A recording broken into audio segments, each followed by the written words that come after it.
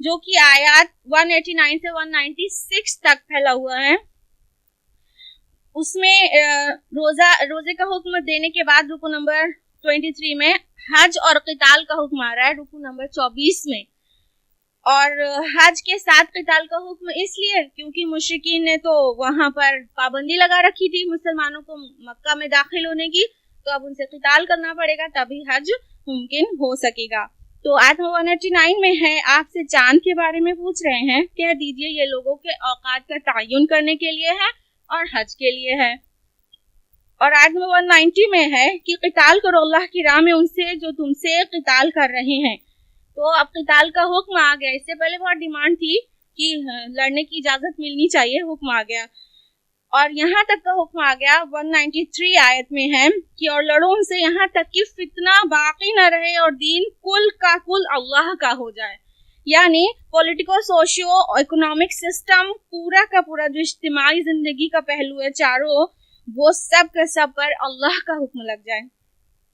آیت میں 195 میں یہاں تک کہہ دیا گیا وَأَنفِقُوا فِي سَبِيلِ اللَّهِ وَلَا تُلْقُوا بِأَيْدِيكُمْ إِلَى التَّهْلُكَةِ, اور اللہ کی راہ میں خرچ کرو اور اپنے آپ کو اپنے ہاتھوں ہلاکت میں مت ڈالو. انفاق اس درجے میں کہا گیا کہ اگر اپنے انفاق فی سبیل اللہ سے بچا رہا ہے کوئی اپنے آپ کو, تو اپنے کو ہلاکت میں ڈال رہا ہے. اور آیت میں 196 میں حکم آیا وَأَتِمُّوا الْحَجَّ وَالْعُمْرَةَ لِلَّهِ, اور حج اور عمرہ کو اللہ کے لیے پورا کرو. اور پھر اسی آیت میں آگے مناسک حج کا ذکر ہے. اس کے بعد ہے 25واں رکوع جو کہ آیات 197 سے 210 پر مشتمل ہے. اس رکوع میں حج کا اصل فلسفہ, حکمت اور اصل روح کا بیان ہے. آیت 197 میں ہے جس نے اپنے اوپر لازم کر لیا ہے ان مہینوں میں حج کرنے کو, تو دوران حج نہ تو کوئی شہوت کی بات کرنی ہے, نہ فسق و فجور کی, اور نہ لڑائی جھگڑے کی. یعنی جو حج کا ارادہ کر لے, حج کے لیے جائے, میاں بیوی ساتھ ہوں تو بھی اعتکاف والی قید ہے, مباشرت نہیں ہو سکتی ہے. اس کے علاوہ لڑائی جھگڑا تو ویسے ہی ناجائز ہے, لیکن دوران حج خاص طور پر منع کر دیا گیا ہے. سوچئے کہ ایک جگہ پہ لاکھوں لوگوں کا اجتماع ہونا ہے, وہاں چھوٹی چھوٹی بات پہ غصہ آئے گا, لڑائی جھگڑا ہوگا, تو پھر وہاں کا جو ڈسپلن ہے وہ درہم برہم ہو جائے گا. اور الحمدللہ اللہ تعالیٰ کے اس حکم پر اتنا عمل ہے کہ لاکھوں کا مجمع جمع ہوتا ہے, ملینز آف پیپل وہاں پہ ہوتے ہیں, اور کوئی جھگڑا کوئی فساد نظر نہیں آتا الحمدللہ. آیت نمبر 200 میں ہے کہ مناسک حج ادا کرنے کے بعد اللہ تعالیٰ کا ذکر شدت کے ساتھ کرو, یعنی قیام منی کے دوران شدت کے ساتھ اللہ کو یاد کرو. اور آیت نمبر 200 میں ہی ہے کہ کوئی صرف دنیا مانگتا ہے تو پھر اس کا آخرت میں کوئی حصہ نہیں. آیت نمبر 201 میں ہے کہ کوئی کہتا ہے ربنا آتنا فی الدنیا حسنہ وفی الآخرۃ حسنہ وقنا عذاب النار, اے ہمارے رب ہمیں دنیا میں بھی خیر بھلائی عطا کر اور آخرت میں بھی خیر عطا کر, اور ہمیں بچا لے آگ کے عذاب سے. آیت نمبر 201 کی سب سے معروف دعا ہے میرے خیال سے. اس کے بعد آیت نمبر 204 میں منافقین کا ذکر ہے کہ اور لوگوں میں سے کوئی تو ایسے بھی ہیں جن کی باتیں تمہیں بہت اچھی لگتی ہیں لیکن دنیا کی زندگی میں حالانکہ وہ شدید ترین دشمن ہے. آیت نمبر 206 میں کہا گیا کہ اور جب ان سے کہا جاتا ہے اللہ سے ڈرو تو جھوٹی عزت نفس ان کو گناہ پر جما دیتی ہے اور ان کے لیے جہنم کافی ہے. اور اس کا بالکل کنٹراسٹ بیان کیا گیا ہے آیت نمبر 207 میں کہ اور لوگوں میں سے ایک وہ بھی ہیں جو بیچ دیتے ہیں اپنی جان کو اللہ کے لیے. اور آیت نمبر 208 میں تو بالکل کہہ دیا گیا ہے یا ایھا الذین آمنوا ادخلوا فی السلم کافہ, اے ایمان والو داخل ہو جاؤ اسلام میں پورے کے پورے. ولا تتبعوا خطوات الشیطان, اور شیطان کی قدموں کی پیروی نہ کرو, انہ لکم عدو مبین, یقیناً وہ تمہارا کھلا ہوا دشمن ہے. اس کے بعد ہے 26واں رکوع جو کہ آیات 211 سے 216 تک ہے. آیت نمبر 211 میں اللہ کا فرمان ہے کہ پوچھ لو بنی اسرائیل سے ہم نے انہیں کتنی روشن نشانیاں دی تھیں. یعنی مسلمانوں کو متنبہ کیا جا رہا ہے کہ تم ان کی طرح حرکتیں مت کرنا, ان کو اتنا کچھ دینے کے بعد بھی انہوں نے غلط روش اختیار کی، نعمتوں کا جو حق ادا کرنا چاہیے تو وہ نہیں کیا. تم ایسا نہ کرنا کیونکہ اللہ بہت سخت سزا دیتا ہے. اور اب بقرہ کی آیت نمبر 61 یاد کیجیے، وَضُرِبَتْ عَلَيْهِمُ الذِّلَّةُ وَالْمَسْكَنَةُ وَبَاءُوا بِغَضَبٍ مِّنَ اللَّهِ. تو اس طرح مسلمانوں کو ہوشیار کیا جا رہا ہے. آیت نمبر 213 میں ہے کہ تمام انسان ایک ہی امت تھے. پہلے سب لوگ ایک ہی امت تھے، مطلب سب اللہ کی عبادت کرتے تھے اور کوئی فرقہ، کوئی گروپ نہیں تھا، کوئی مذاہب مختلف نہیں تھے. تو لیکن یہ کیسے ہوا، سب الگ الگ کیسے ہوئے کہ ہدایت آ جانے کے بعد آپس کی ضد سے، بغیم بینہم، آپس کی زدہ سے انہوں نے اختلاف کیا ہے. تو اتنے سارے مذاہب اور مختلف لوگ وجود میں آئے، اور اس کی جو وجہ ہے وہ اس پہ ہمیں غور کرنا چاہیے. یہ جو زدہ ہے وہ کیوں؟ غالب ہونے کی خواہش. تو جو یہ اکثریت میں ہوتی ہے، ہر انسان چاہتے ہے میں غالب ہو جاؤں، میں ڈومینیٹ کروں. تو ڈومینیٹ کرنے کی خواہش انسان کو حق سے روک دیتی ہے، حق کو بات کو قبول کرنے سے روک دیتی ہے. آیت نمبر 215 میں ہے کہ آپ سے پوچھتے ہیں کیا خرچ کریں، مطلب کہ پہلا حق کس کا ہے؟ تو کہہ دیجئے جو کچھ خرچ کرو اسباب میں سے، والدین کے لیے، رشتہ داروں کے لیے، یتیموں کے لیے، مسکینوں کے لیے اور مسافروں کے لیے ہو.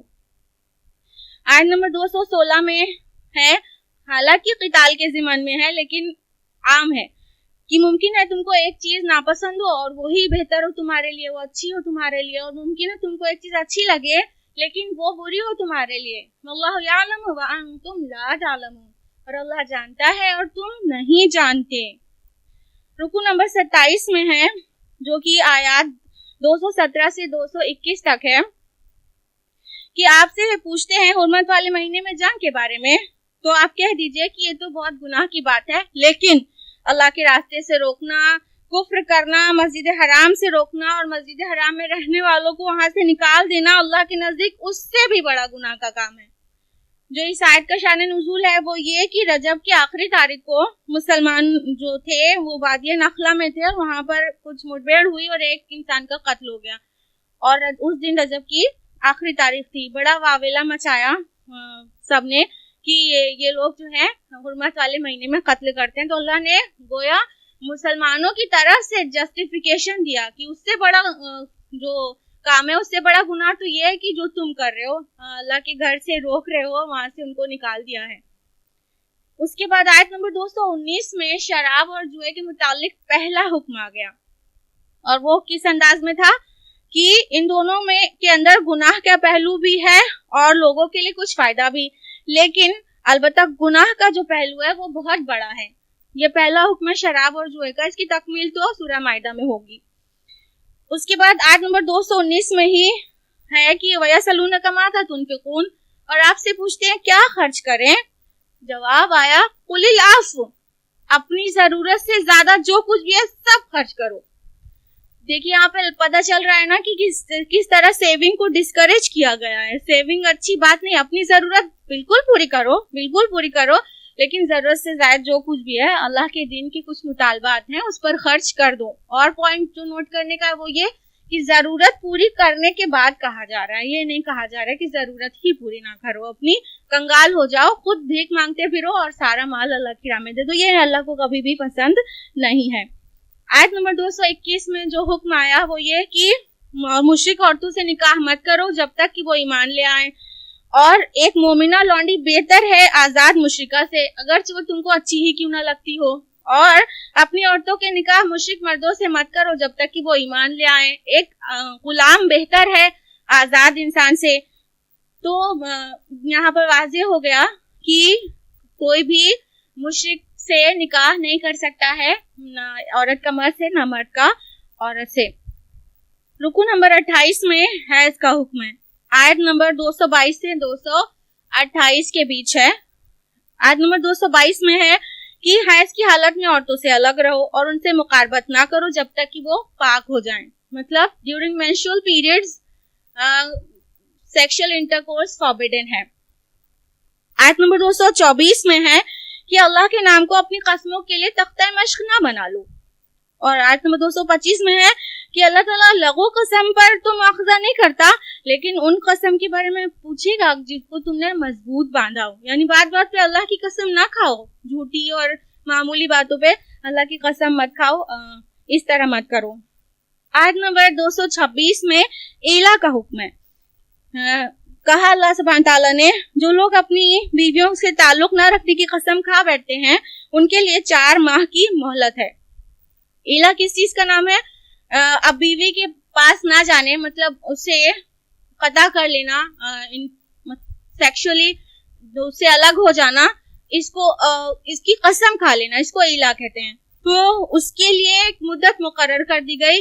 4 مہینے سے زیادہ بیوی کو معلق مت رکھو. 4 مہینے کے اندر یا تو رجوع کر لو یا تو پھر طلاق دے دو. معلق مت رکھو. قسم کھا لیا دور ہے، مطلب ایک عورت کی بھی خواہش ہے اور وہ اس سے سفر کر رہی ہے اور نہ ہی دوسری جگہ نکاح کر سکتی ہے کیونکہ اسی کے نکاح میں ہے، تو اس کی میکزیمم جو لمٹ طے کر دی گئی وہ 4 مہینہ. 4 مہینے کے اندر اندر رجوع کر لو، اور رجوع کرنا ہے تو قسم کا کفارہ ادا کرنا ہوگا اور نہیں تو طلاق دے دو. اس کے بعد آیت نمبر 228 میں ہے کہ جن عورتوں کو طلاق دے دی جائے ان پر لازم ہے کہ وہ اپنے آپ کو 3 حیض تک روکے رکھیں. یعنی طلاق کی عدت کا بیان آ گیا کہ طلاق کی عدت ہے 3 حیض تک، 3 menstrual cycles. تو 1 یا 2 طلاق ہے، پہلی یا دوسری ہوئی ہے تو رجوع ہو سکتا ہے، اور تیسری طلاق کے بعد عورت آزاد ہو جائے گی. عورتوں سے کہا گیا کہ اگر ان کو حمل ہے تو ہرگز حمل کو نہ چھپائیں. اللہ تعالیٰ نے جو ان کے پیٹ میں ڈال دیا ہے انہیں پتا ہے، تو اس لیے نہ چھپائیں کہ اگر ہم بتا دیں گے تو ہمیں دینا پڑ جائے گا اور بچہ ہم سے جدا ہو جائے گا. حمل کو نہ چھپائیں. رکو نمبر 29 میں جو کہ آیت نمبر 229 سے 231 تک ہے، طلاق کی بات کنٹینیو ہو رہی ہے. آیت نمبر 229 میں الطلاق مرتان، یہ طلاقیں 2 مرتبہ ہیں.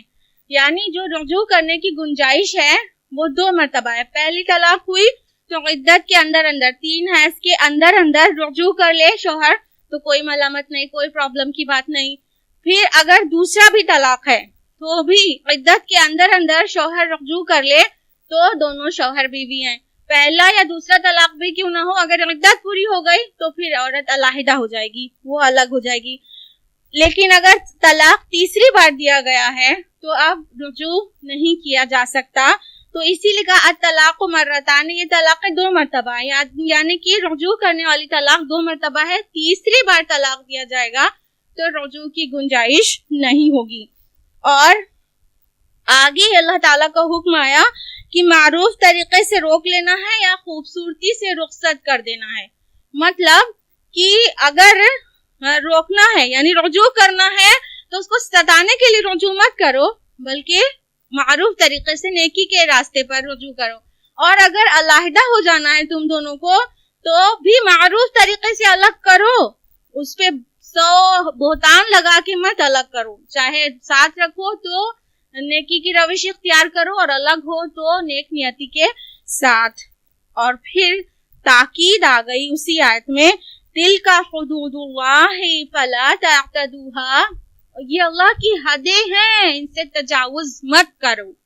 یعنی احکام شریعت جو ہے اس کو تم نے کیا سمجھ لیا ہے، وہ ان کو اللہ کی حدیں سمجھو اور اس سے تجاوز کرنے کی ہمت بالکل مت کرو. اللہ کی بنائی ہوئی حدیں ہیں. کہیں پر آتا ہے تلک حدود اللہ فلا تقربوها، یہ اللہ کی حدیں، ان کے قریب بھی مت جاؤ. اور کہیں پر آتا ہے فلا تعتدوها، کہ ان سے تجاوز مت کرو، ان کو پھلانگنے کی کوشش مت کرو. آیت نمبر 230 میں حلالے کا حکم ہے اور بہت مکروہ صورت میں ہماری سوسائٹی میں آ گیا ہے. حلالے کا طریقہ تو صرف یہ بتایا گیا تھا کہ 3 طلاق ہونے کے بعد ایک عورت کہیں اور نکاح کر لے اور اس کا وہ والا شوہر اپنی مرضی سے، ویل پلانڈ نہیں، پھر وہ اپنی مرضی سے طلاق دے عورت پھر سے آزاد ہو جائے تو اپنے پہلے شوہر کے ساتھ نکاح کر سکتی ہے. پلانڈ وے میں ہوگا تو یہ بہت بہت بدصورتی کی بات ہے. رکو نمبر 30 جو کہ آیت نمبر 232 سے 235 پر مشتمل ہے، حکم دیا گیا آیت نمبر 232 میں کہ اور جب تم اپنی عورتوں کو طلاق دے دو اور وہ اپنی عدت کو پوری کر لیں تو تم مت آڑے آؤ اس میں کہ وہ عورتیں پھر نکاح کر لیں اپنے سابق ازواج سے، جبکہ وہ آپس میں رضامند ہو جائیں بھلے طریقے پر.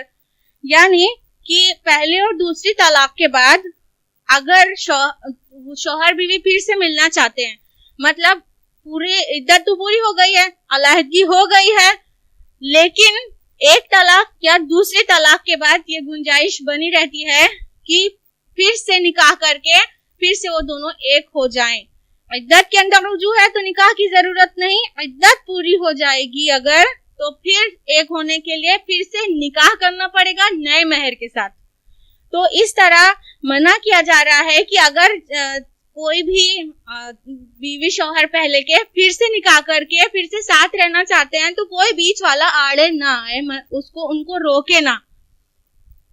اس کے بعد آیت نمبر 233 میں رضاعت کا مسئلہ ہے، اور ساری کی ساری بچے اور ماں کی ساری نان نفقے کی ذمہ داری جب تک مدر فیڈ کرا رہی ہے تب تک کی ساری ذمہ داری وہ بچے کے والد کے اوپر ڈالی گئی ہے. آیت نمبر 234 میں بیوہ کی عدت کا ذکر ہے، اور وہ آپ میں سے اکثر لوگ بلکہ سب لوگوں کو معلوم ہونا چاہیے کہ وہ ہے 4 مہینہ 10 دن. آیت نمبر 235 میں ہے کہ اگر عورت عدت میں ہے تو اسے خفیہ طور سے نکاح کرنے کا وعدہ نہ کر لو، یعنی عدت پورے ہونے کے بعد ہی نکاح کا کوئی پیغام جانا چاہیے، خفیہ طریقے سے وعدہ پہلے سے نہیں ہو جانا چاہیے سوائے اشارتن کنایتن کے.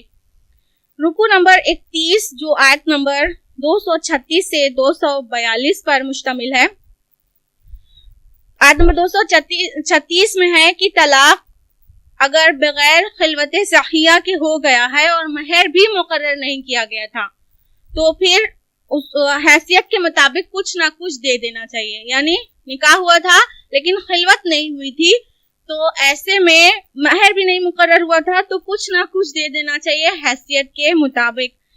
آیت نمبر 237 میں ہے کہ اگر نکاح ہوا لیکن خلوت نہیں ہوئی مگر مہر مقرر ہو گیا تھا تو مہر آدھا دینا ہوگا. یعنی کہ جب تک شوہر بیوی اکیلے میں رشتہ قائم نہیں کریں تب تک پورا مہر دینے کی ضرورت نہیں ہے. مہر مقرر ہو گیا ہے تو آدھا، اور نہیں مقرر ہوا ہے تو کچھ نہ کچھ جیسا حسب حیثیت مرد دے دے. آیت نمبر 238 میں کہا گیا کہ حفاظت کرو اپنی تمام نمازوں کی، خصوصاً صلاۃ الوسطیٰ کی، بیچ والی نماز کی، اور اکثر مفسرین کے نزدیک یہ ہے عصر کی نماز، تاکہ ہماری جو برائیاں تھیں وہ صاف ہو جائیں نمازوں کی حفاظت سے. حفیظ نے بہت خوبصورت شعر کہا ہے، سرکشی نے کر دیے دھندلے نقوش بندگی، آؤ سجدے میں گریں لوح جبیں تازہ کریں. اس کے بعد 2 رکوع جو اور بچتے ہیں اس پارے کے، وہ ہے رکوع نمبر 32 اور 33، اور اس میں ان دونوں رکوعوں میں ایک بہت اہم جنگ کا تذکرہ ہے بنی اسرائیل کی، جو کہ تاریخ بنی اسرائیل میں کہہ سکتے ہیں غزوہ بدر کی سی جگہ رکھتی ہے. یہ 2 رکوع آیت نمبر 243 سے 253 پر مشتمل ہیں. پہلے پارے میں بتایا تھا آپ لوگوں کو کہ یوشع ابن نون کی قیادت میں فلسطین فتح ہو چکا تھا اور انہوں نے کوئی مرکزی ریاست نہیں بنائی. بنی اسرائیل نے کیا کیا، 12 قبیلے تھے، 12 ریاستیں بنا لی اور آپس میں لڑتے بھڑتے رہتے. اپنی لڑائی بھڑائی سے اس قدر پریشان ہونے کے بعد 300 سال کے بعد تنگ آ کر، کفار سے تنگ آ کر بنی اسرائیل نے اپنے نبی سے کہا کہ ہمارے لیے کوئی سپہ سالار مقرر کر دیجئے، ہم اللہ کی راہ میں جنگ کریں گے. تو وہ جنگ ہوئی طالوت اور جالوت کے درمیان، اور اس کو ہم کہہ سکتے ہیں طالوت داؤد علیہ السلام اور سلیمان علیہ السلام کو کہہ سکتے ہیں بنی اسرائیل کی خلافت راشدہ. امت محمد کی جو خلافت راشدہ، رسول اللہ کی خلافت راشدہ جو تھی وہ 4 خلیفہ پر تھی اور ان کی 3. تو اس طرح طالوت اور جالوت کی جنگ کی شکل میں ایک آئینہ پیش کیا گیا کہ جلدی ہی تم کو غزوہ بدر پیش آنے والی ہے، کیونکہ غزوہ بدر کے ٹھیک پہلے تک سورہ بقرہ کی آیات نازل ہوئی ہے سوائے سود والے رکوع کے. تو آیت نمبر 246 میں ہے کہ جب کہ انہوں نے اپنے نبی سے کہا کہ ہمارے لیے کوئی بادشاہ مقرر کر دیجئے تاکہ ہم اللہ کی راہ میں جنگ کریں، اور وہ دور کا نبی جو تھا وہ ہے سموئیل۔ بادشاہ سے یہاں مراد سپہ سالار کی ہے کہ جس کے انڈر میں ہم جنگ کر سکیں۔ لیکن پھر کیا ہوا کہ جب جنگ ان پر فرض کر دی گئی تو ان میں سے اکثر نے پیٹھ دکھا دی سوائے تھوڑے سے لوگوں کے۔ تو گویا مسلمانوں کو تنبیہ کی جا رہی ہے کہ دیکھو تم ایسا نہ کرنا جس طرح انہوں نے پیٹھ دکھا دی اپنے نبی کو، تم کو بھی غزوہ بدر پیش آنے والی ہے، تم اپنے نبی کے ساتھ ایسا مت کرنا، تم یہ جواب مت دینا۔ اس کے بعد آیت نمبر 247 میں ہے کہ کہا ان کے نبی نے اللہ تعالیٰ نے طالوت کو تمہارا بادشاہ مقرر کر دیا ہے۔ پھر وہ حجت کرنے لگے ہم زیادہ حقدار ہیں بادشاہت کے، اسے تو مال میں بھی وسعت نہیں دی گئی ہے۔ تو نبی کا جواب تھا کہ اللہ نے اسے چن لیا ہے۔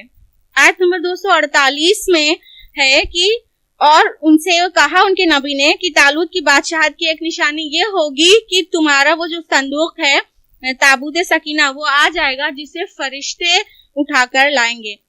یہ تابوت سکینہ کیا تھا؟ یہ ایک لکڑی کا صندوق تھا، بنی اسرائیل کے انبیاء کے تبرکات تھے، اس میں ان کے لیے بہت زیادہ عقیدت سے اسے رکھا کرتے تھے۔ تو اس کے بعد آیت نمبر 249 میں ہے کہ طالوت نے کہا کہ اللہ تمہاری آزمائش کرے گا ایک دریا سے۔ یہ کوئی بھی کمانڈر یہی کرتا ہے کہ اپنی آرمی کو چیک کرنا چاہتا ہے کہ وہ اس لائق ہے بھی کہ نہیں کہ ہم بڑے مشن پہ لے جا سکیں۔ تو اس طرح طالوت نے کہا کہ اس میں سے جو بھی پیٹ بھر کر پیے گا وہ میرا نہیں سوائے تھوڑے سے کہ سب نے پی لیا۔ تو پھر تھوڑے سے بچے جو کہ حقیقت میں اس ٹیسٹ کو پاس کر پائے۔ اور آیت نمبر 251 میں ہے کہ داؤد نے جالوت کو قتل کر دیا۔ داؤد علیہ السلام اس وقت ایک بہت نو عمر تھے اور بالکل کم عمر کے کم سن سے کوئی ان کو جانتا نہیں تھا، ایک گڑیڑیا تھے وہ، اور ان کے پاس ایک گوپیا ہوتا تھا۔ جب ان کی جانوروں کو کوئی بھی جنگلی جانور حملہ کرتا تو اس گوپیے میں پتھر پھنسا کر گھما کر اتنی زور سے مارتے تھے کہ جانور کا جبڑا ٹوٹ جاتا تھا اور ان کا نشانہ اچوک ہوتا تھا۔ تو پھر جب یہ جنگ ہوئی تو جو جالوت تھا وہ پوری طرح زیرہ بختر میں قید، بہت پروٹیکٹڈ کھڑا ہوا للکار رہا تھا سب کو۔ تو داؤد علیہ السلام کہیں سے بھی اس کی باڈی دکھ نہیں رہی تھی جالوت کی سوائے آنکھ کی گولی کے، پوری باڈی بالکل کور تھی زیرہ بختر سے، اور میدان جنگ میں للکار رہا تھا۔